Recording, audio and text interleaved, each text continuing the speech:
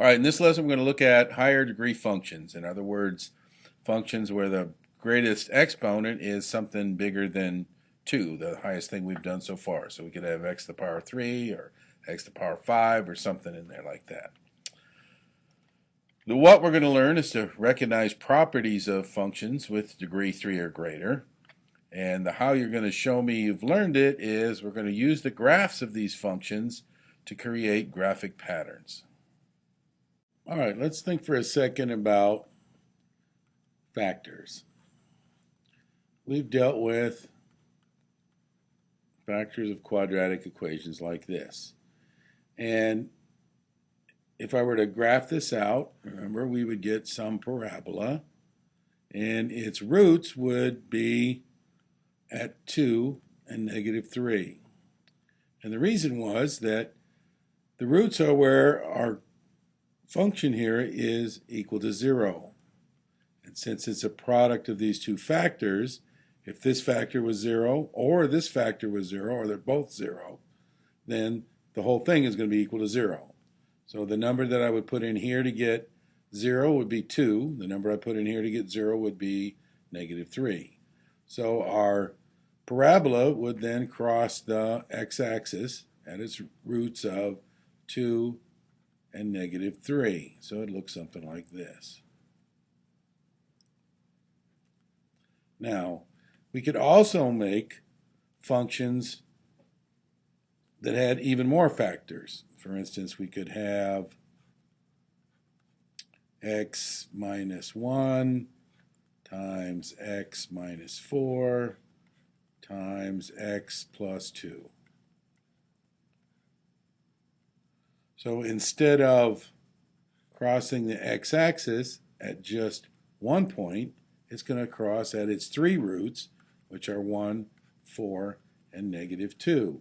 So at negative 2, at 1, and at 4, it's going to have a root and cross the x-axis. So let's take a look at that graph and see what it looks like. All right, here I've gone ahead and graphed that function. I've got its 3 factors in here, x minus 1 times x minus 4 times x plus 2. And notice that the graph is way off of the screen. It's going up way high and way low.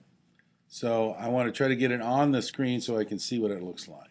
So I'm going to do zoom out here until I at least get the whole thing on the screen. Now I want to sort of stretch it out widthwise, so come up here to the format menu and do layout, and up here to this tab size, and I'm just going to make the width a lot bigger. Now these are set to centimeters, and notice that there's a comma. It's not a decimal point.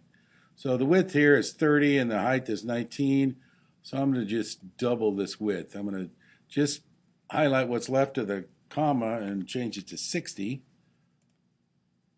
and it kind of threw off the center, so I'm going to grab the hand. Notice my x-axis here, there's negative 17.5, negative 15, negative 12, so it's pushed me way off to the left for some reason, and there I can see my graph pretty good.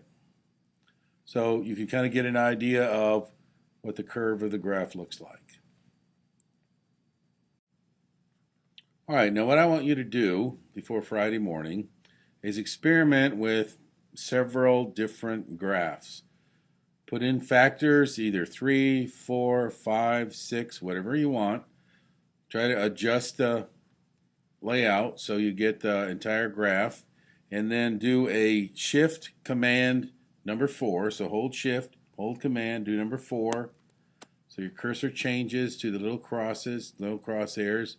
Drag out around the graph, let go, and then it will make a screenshot. It'll put that screenshot on your desktop, and then you can double click it.